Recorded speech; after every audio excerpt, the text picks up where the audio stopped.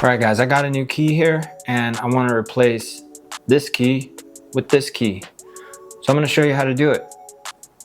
First thing you want to do, if you have modules or faceplates on your pivot, you're going to want to remove the one that's going to expose the male pin.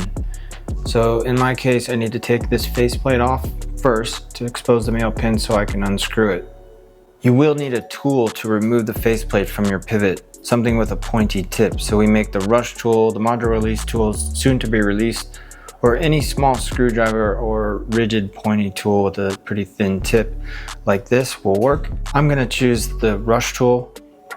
Now the first thing you wanna do is just rotate all your keys out.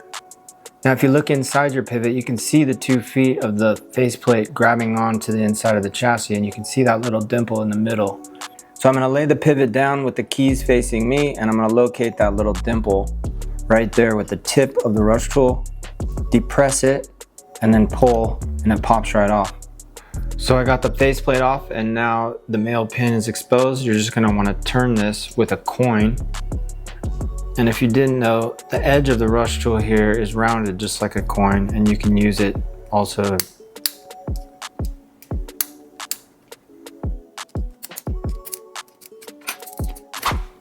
I recommend putting your pivot flat on the table while you unscrew the pin. That way your keys don't fall out when you finally get the pin out here. And then just unfold it. Take the key out. I'm gonna put this one back in, the new key. And then just fold the chassis over, align the holes. And just like your initial assembly, you're just gonna screw that in, tighten it down, and that's it.